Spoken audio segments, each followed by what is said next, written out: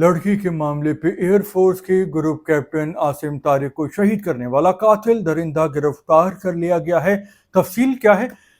बहुत ही खौफनाक दर्दनाक किस्म की तफसील है। इस्लामाबाद में ये खूनी वाकया पेश आया। 20 साल का लड़का था, साद उसका नाम था, और वो एक लड़की से रोड सड़क के बीचों बीच बदतमीजी कर रहा था, हाथापाई ज़बरदस्ती कर रहा था, उसको गलत काम के लिए ले जाने की कोशिश कर रहा था। लड़की नहीं जाना चाहती थी।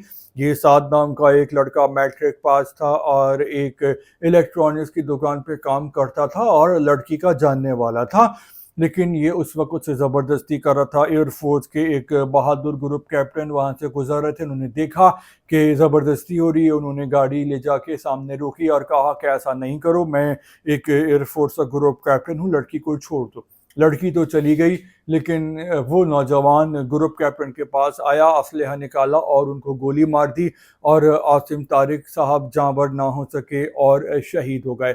अब इस बात के कुछ पहलू हैं, उस पर हम बात करते हैं। एक पॉइंट तो ये है कि देखें, आसिम तारिक साहब ने बहादुरी दिखाई, जुल्म होते देखा, गलत होते देखा तो उन्होंने रोकने की कोशिश की, लेकिन उस लड़के के पास असलहा था और गोली चल गई, तो उन्होंने बहुत ही बहादुरी दिखाई और वो शहीद हो गए।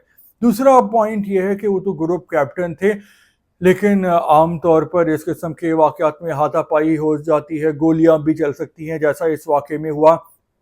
तो अगर आम किसी इंसान ने आवाज़ उठानी भी है गलत काम के ख़िलाफ़, तो अगर वो हाथ से नहीं रोक रहा तो वो दूर से वीडियो बना ले और वीडियो पुलिस को भेज दे, ताकि इस किस्म के जो चोर डकैत क्रिमिनल हैं वो पकड़े जाएं, क्योंकि आम इंसान इतना बहादुर आम तौर पे नहीं होता।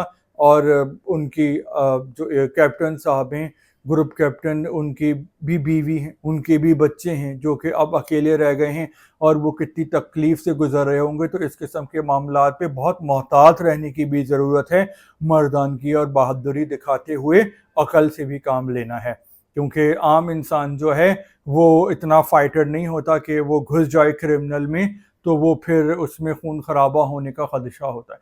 तीसरा पॉइंट यह है कि पाकिस्तान में इंतहा पसंदी और तशद्दुद में इजाफा होता जा रहा है। एक मैट्रिक पास लड़का, जाहिल किस्म का, और उसके पास असलहा, तो हमारे एक तो लाइसेंस इस तरह देने ही नहीं चाहिए खुलेआम, बहुत ही जांच पड़ताल के बाद लाइसेंस देनी चाहिए।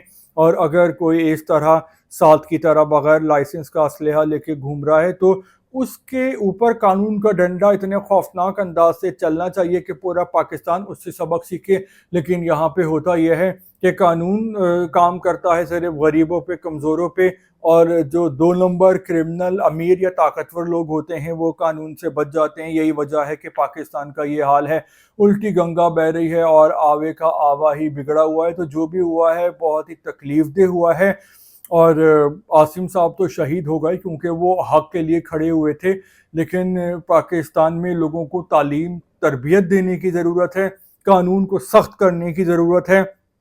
एक तो जब तालीम और तरबियत लोगों को दी जाएगी तो बहुत सारे लोगों को फिर अच्छे गलत की तमीज़ हो जाएगी और लोग 2 नंबर हरकतें कम करेंगे।